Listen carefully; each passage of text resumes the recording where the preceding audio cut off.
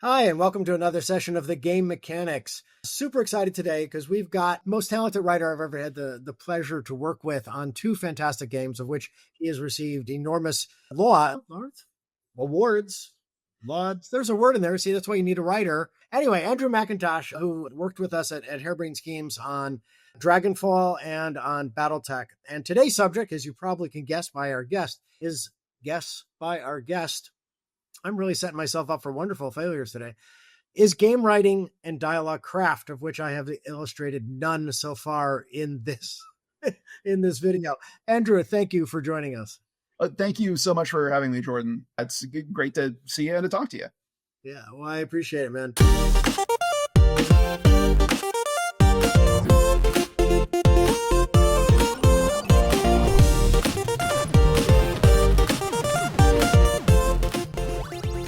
So I'd love to dive right in and talk. Let's start with the basics, right? Writing for games is a different animal than writing for novels or screenplays, right? Talk a little bit about, because you've come from, and you've done a lot of linear and you've done a lot of interactive. Talk a little bit about how you view those differences and the additional challenges there is in writing for interactive. The biggest and most obvious difference between writing a linear novel, novella, screenplay, what have you, and writing a game is the incorporation of player agency. A game is fundamentally a form of entertainment that is all about taking the player's actions and, in the case of like a role-playing or a narrative forward game, often the player's intentions into consideration. And that delivers an experience that you're not going to get from a novel or a film.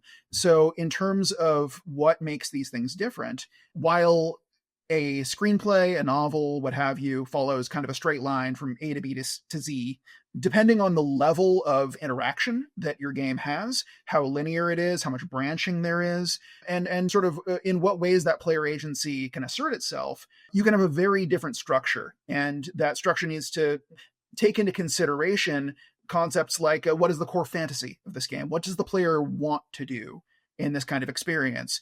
If you want to be a fantasy pirate, but we're forcing you through the narrative to behave in a way that, in a manner that's quite unbecoming to a fantasy pirate, like, you can play into that, but chances are that's not the experience the player wants to have from this kind of story. Taking agency into mind is the biggest difference between the two.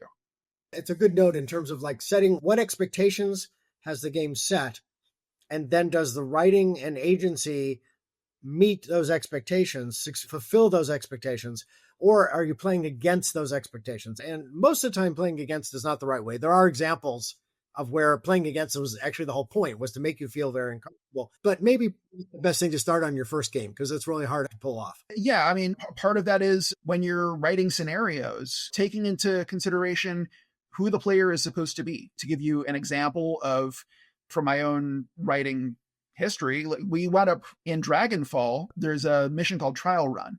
And there was a sequence where a bunch of bad stuff went down about 10 feet from you, and you couldn't really interrupt it. But the thing is that you're playing a Shadowrunner who might have wired reflexes and maybe can move faster than the blink of an eye. Why can't I stop the bad thing happening 10 feet from me? We went back and we added the ability for the player to interrupt that sequence of events, because it's while the hand of fate can assert itself, it shouldn't assert itself in a way that violates the core fantasy of who I'm supposed to be.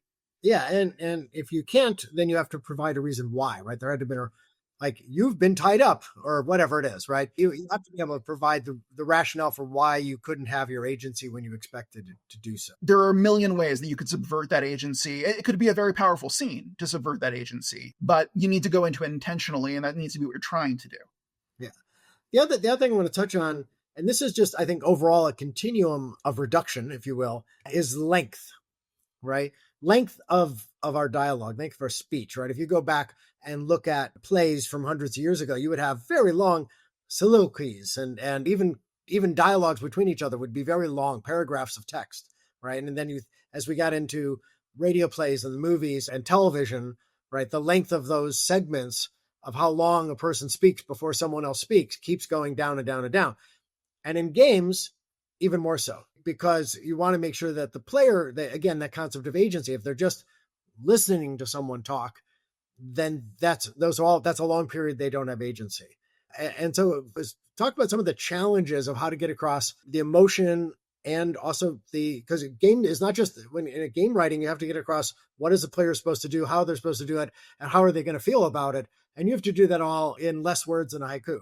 Right. Depending on the kind of game you're making and the tool set that you're using, you could have different tools at your disposal to express some of these elements. If you have voice acting, I don't need to describe how the character sounds. If you have animation, I don't need to describe how their body language looks. If I don't have any of those things, I need to budget for ideally GM text, storyteller text to do a little theater of the mind. And personally, I love doing that. It can lead to really powerful sort of novelistic experiences, but it needs to be part of your consideration for the length of your text. Presenting big paragraphs in a game can feel really daunting, especially if the UI space you have allocated for text to display is small. A relatively short paragraph can look like a giant wall of text. And the end result is that players often just skip it, which is not the experience you want them to have, especially in a story-driven game. In the Shadowrun games, for example, I tended to use sort of a cadence where there would be maybe one or two very short sentences, line break, maybe a line of GM text to do a little bit of stage setting, a little acting, a little body language, so that we can get across how this character is reacting without having to put words in their mouth. And then not every continue would be the same length. You would want it to have a cadence or a pentameter that makes you want to click, to click, and change it up now and then so that you don't get the highway hypnosis thing of I've been reading the same thing over and over and over again. I love the idea of just thinking about it in terms of like almost a beat, right? A bing, bump, bump, bing, in terms of where the player is pressing continue, where the player is making a choice in the context of the beats of reading, right? Almost like poetry, right? And I think that's a good essence. So think about it more like the beats of poetry and the syllables and how the syllables flow is almost more important, or is a great tool thinking about how to do that pacing. Yeah. You're basically inserting, even if it's just a continued, so that you could move on to the next piece of text. What you're doing is giving the player the ability to interact with something. They're not just reading text on a page for however long it takes. I get to, and ideally, like each of these continues ends with something. It raises a question that you want the answer to. It gives you a little cliffhanger. It gives you a question that needs a response. I want to see how this person's going to react to what that person just said. I hit click, and I'm the one who is bringing that response up.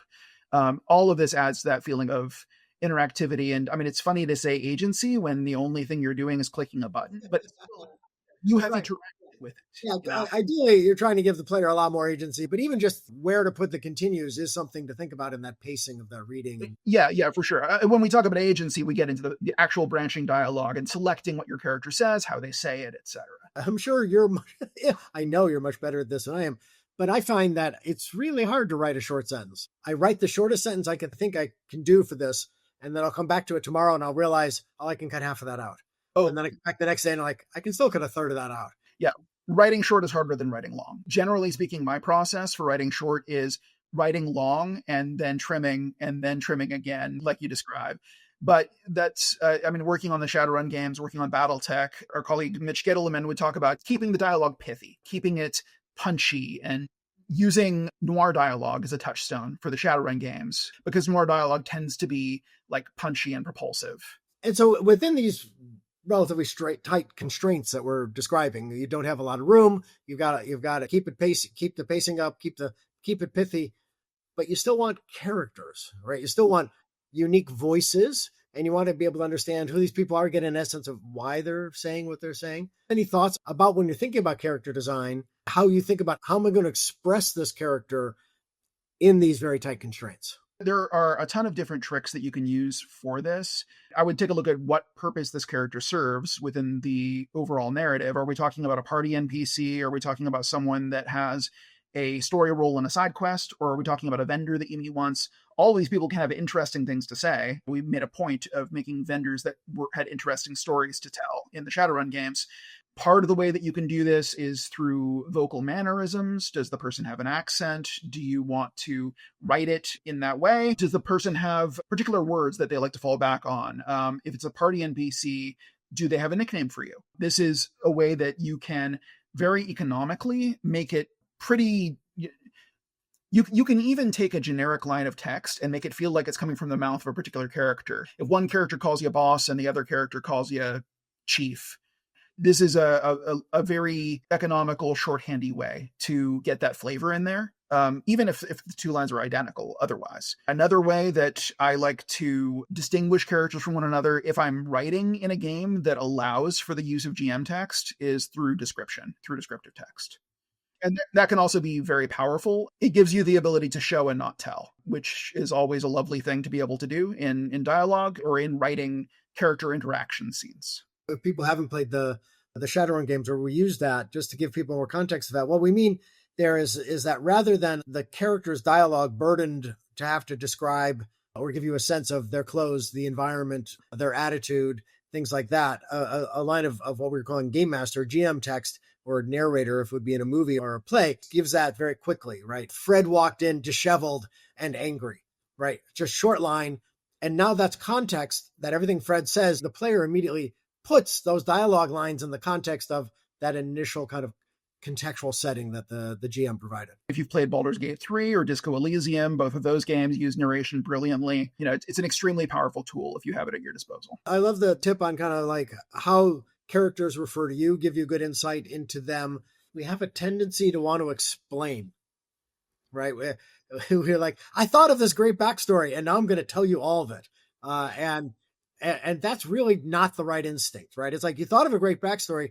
Wonderful. Now, what would a person who had that backstory say? They wouldn't tell you their backstory, but right. what they say, how they say would be influenced by that backstory, which will give you a taste of it, a hint of that backstory, which is all you really need at this point. And if you eventually want to make that backstory available to the player, info dumping it at the first opportunity is probably not the best way of getting that across. Like you just said, Jordan, how would a person with this backstory interact with others? And then as a player, what interactions would I need to have with this character to get me to really want that backstory so that I'm willing to dig for it? How do I make the exposure of that backstory feel earned? That's kind of the biggest thing.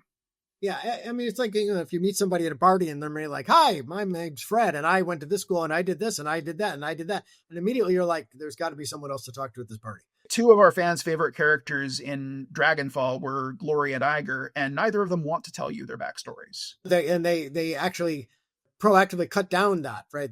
You have to work really hard to get them to give you anything. I find it to be a much more rewarding experience if I need to think, who is this person and what have they been through? And like, how do I interact with them as an individual? You don't want to reduce it to the point where every character behaves the same way and pushing the same button gets you the backstory reward or the good result universally across the game. Some of the things we love playing with is have the player do their homework, right? It's like, oh, I'm trying to woo this character, so I should just go buy the most expensive thing and give it to him, right? Well, okay, but that may not be the right way to get to woo that character, right? Even in like Sea of Legends demo, we did the thing where you're wooing the governor's daughter and you give her these expensive flowers and she's just terribly allergic to flowers. So that does not go well, right? Which is, you could have found that out by just either earlier conversations with her, with other people that know her, like at the florist shop when we were buying the flowers, ask, well, what kind of flowers do you normally send up to the governor's mansion? And they would have said, oh, none, because she's really allergic. Ask the question, you would have found out, right? Have people earn story rather than foist story on them. It makes for better storytelling, and it ultimately feels better to the player. I'm going to talk about trope for a second, okay? People often look at trope and go and say, oh, that's a bad thing, it's a trope, right? But I think, especially in games where we have such limited forms of communication, right? As we said, we have to bring everything down really small. Being able to play with or against trope helps, right? Because you've got a kind of a shared set of fictional expectations, right? That you can deal with.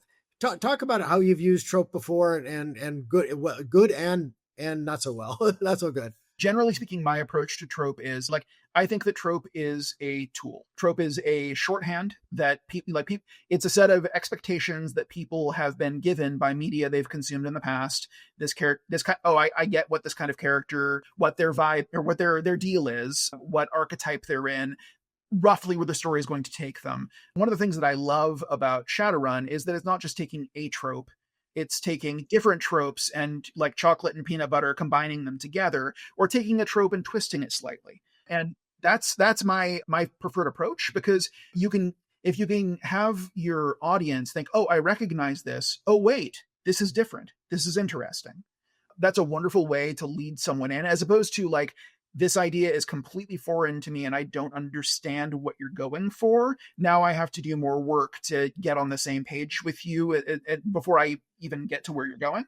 Now, that can be good too, but I don't think, like, in my experience, if everything that you do is entirely like, if you try to avoid tropes as much as humanly possible and try to completely invent everything, you can present a kind of a daunting experience to a reader. I think people like to see things they recognize and then be surprised and delighted by how you subvert them.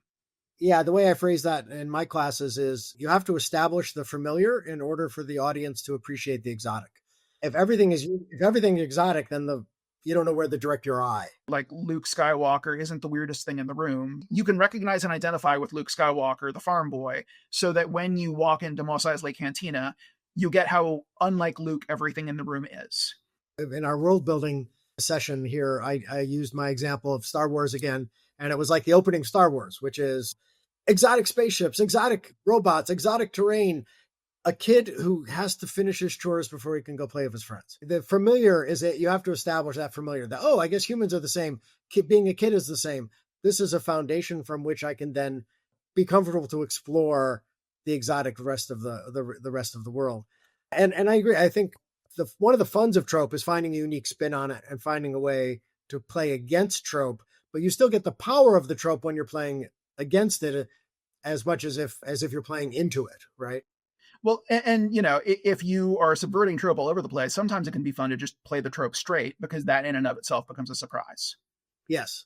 Yeah. And surprise is important, right? I mean, I think in a game, you want to establish that familiarity, but that's so that you can then surprise them. You can then take them to exotic and new places from a starting point that's familiar for them.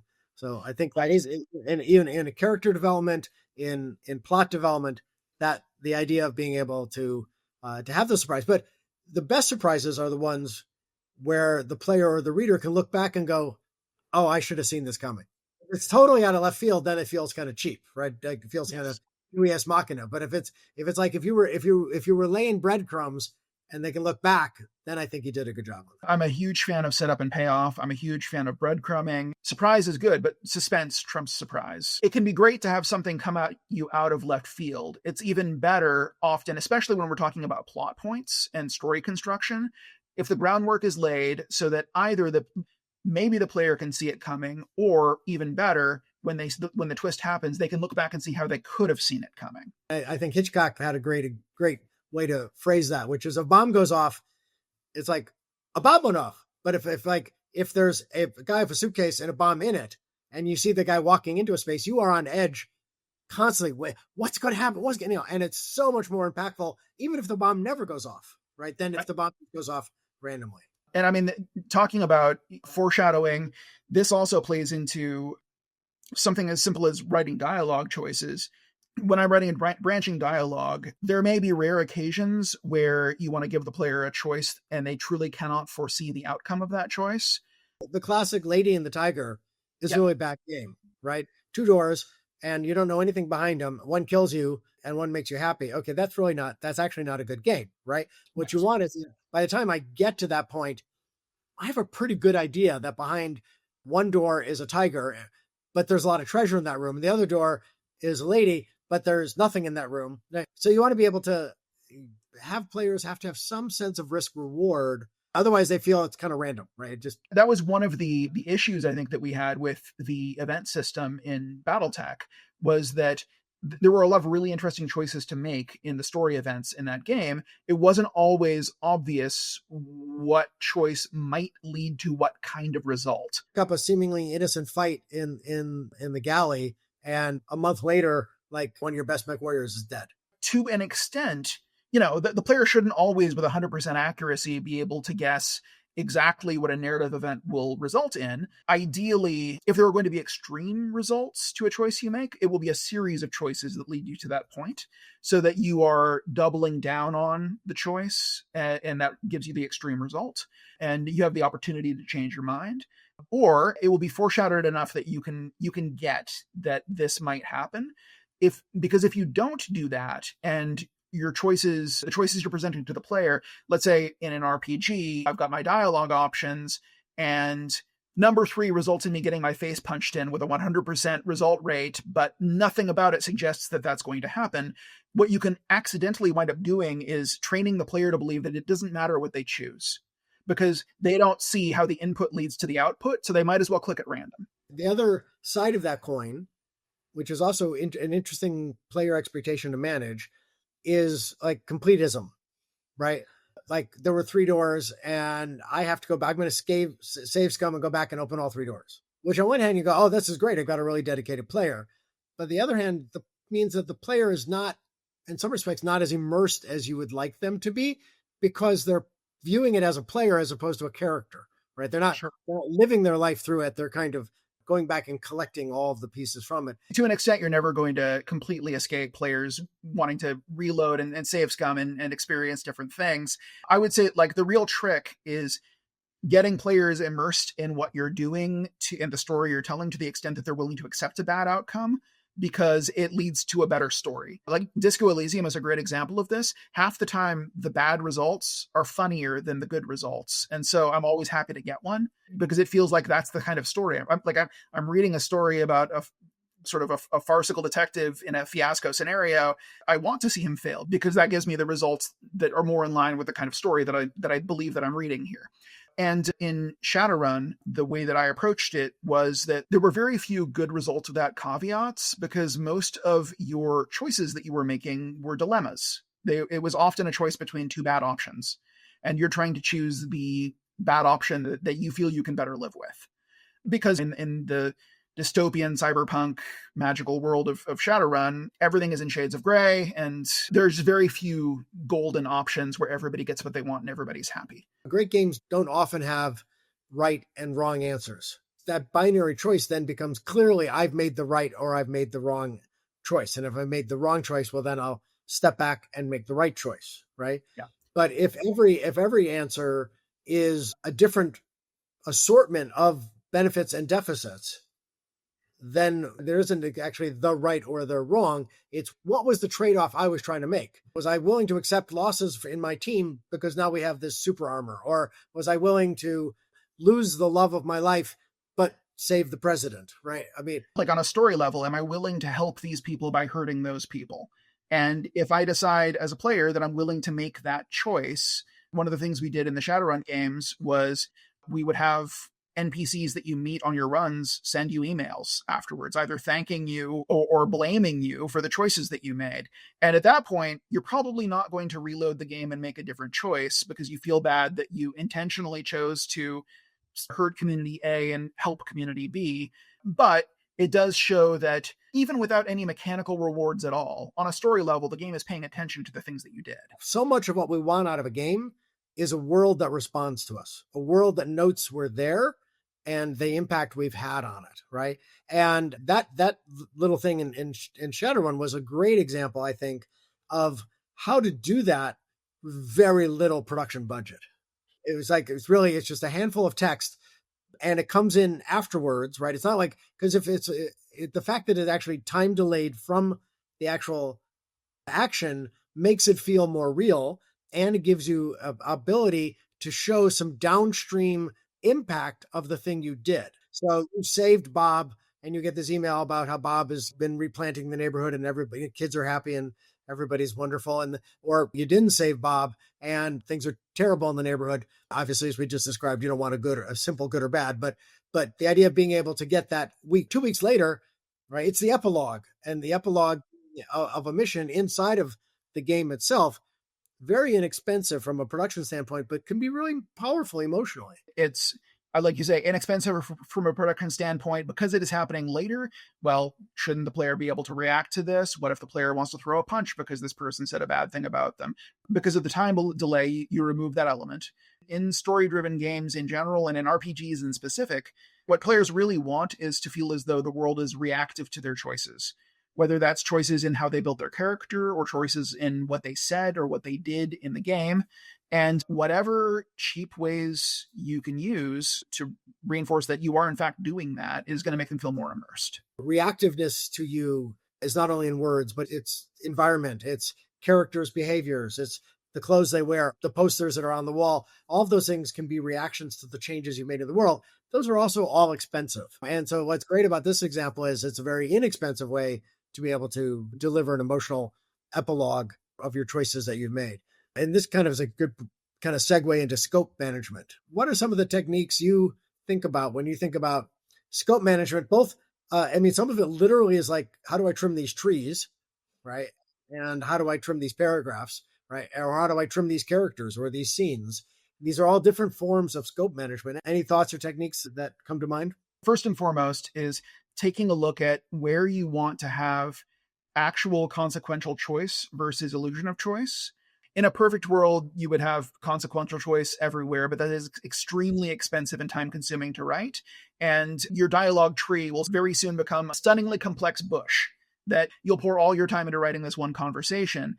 Generally speaking, the way that I would approach it is a conversation might have one or two places where it truly does diverge. I mean, depending on the importance of the conversation, sometimes you'll have more. And how and where you structure those moments can have a big impact on the way that the conversation plays out. But I'm always looking for places to fold the player's choices back into the main line. By the main line, what I mean is sort of the trunk of the dialogue tree.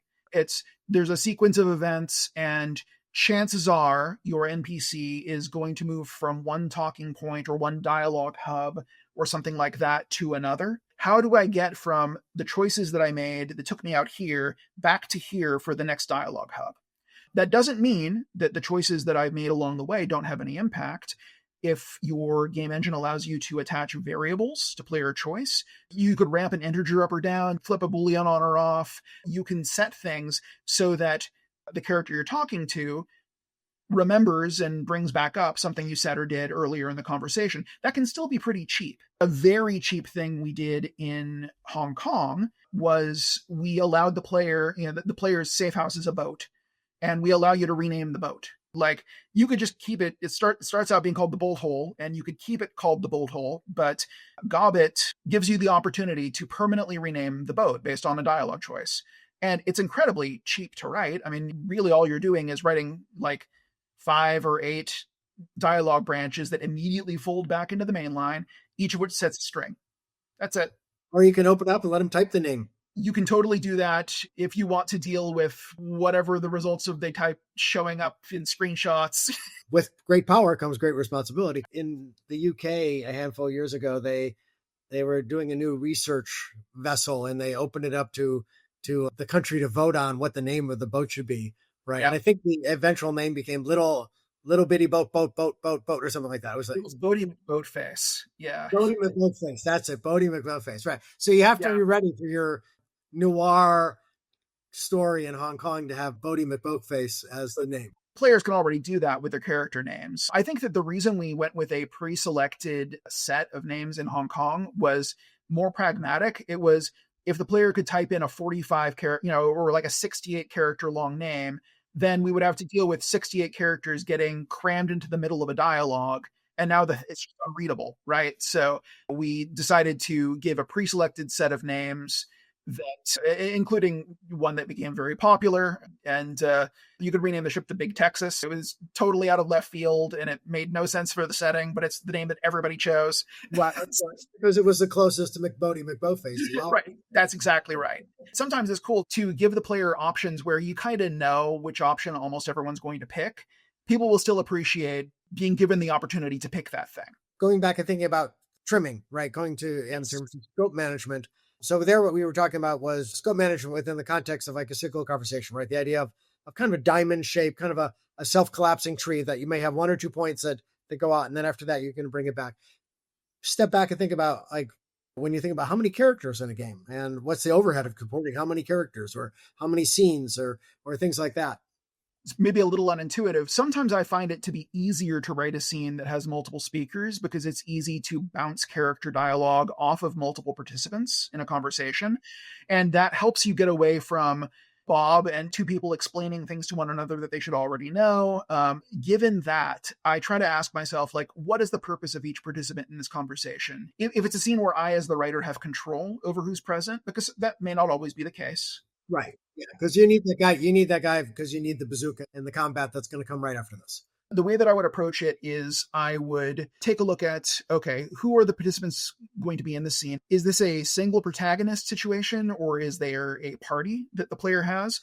Is the party predetermined, or can the party have one of 16 different characters, or like 4 of 16 different characters with them? Scope control is a reason to maybe take a look at the way that you're organizing things like player parties, because the more characters you add, the more you've just signed yourself up for writing dialogue interactions, unless there's a reason this person doesn't talk, for the entire scope of your game, from whenever you can meet this person on, where they may be present. In the way that it would look in the Shadowrun games, I would write the story as though it was just the protagonist and whoever they were talking to, because it is possible that your entire party is downed by the time that you reach this person. So maybe you're the only person there.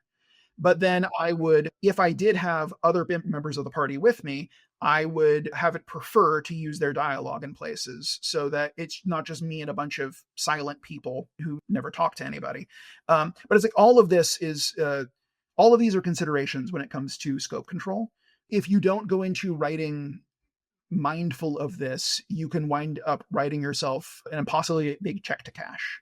Think small, yes. Then think smaller in terms of the scope of your game, especially the first games you're making. But even 45 years into this, I'm constantly like, how do I make this a smaller idea? I'm also not really good at that, but I should be better. At it by this time. What advice would give you a scenario?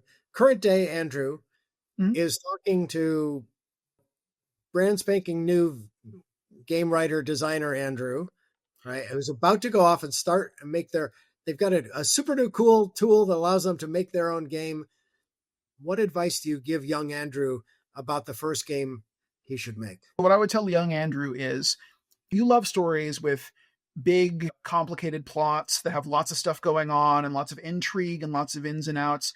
I would say, first off, especially for your first game, but just in general, I would keep what I call the irreducible complexity of your story as low as you can. What that means basically is, at a base level, I should be able to elevator pitch what this story is. I should be able to give you the short version of what this story is about in about 30 seconds, right? If it takes you a half hour to explain how the story works, that's probably too complex. And then you can put embellishments on top of that. But at a very base level, I get what the story's about and what's happening with it. And I would say simple plot, complex characters. A lot of great storytelling revolves around a really interesting group of characters, often with conflicting personalities and conflicting motives, thrown into a situation together where they need to get from point A to point Z without killing one another, and hopefully learn something and change and grow along the way. Most of the places where I've really got hung up, where I've hit a roadblock and had to go back and reevaluate what I was doing, they all came from the story being too complex. There was just too much stuff in it. There were early drafts of Shadowrun Hong Kong where the overall antagonist of the story also had a daughter who was really a clone, and she had 6 other siblings, and like all of that was great stuff. I mean, it was stuff that I liked. I genuinely liked it. It did not need to be in that story. And it wasn't adding anything to the story. And just because you trim an idea so I guess kill your darlings is another piece of advice. Like, just because you love a piece of writing or a story concept doesn't mean that it belongs in the particular story you're telling right now. That doesn't mean you need to throw it away forever. You can keep an archive file of great ideas and great characters that you can go back to and pull things out of later.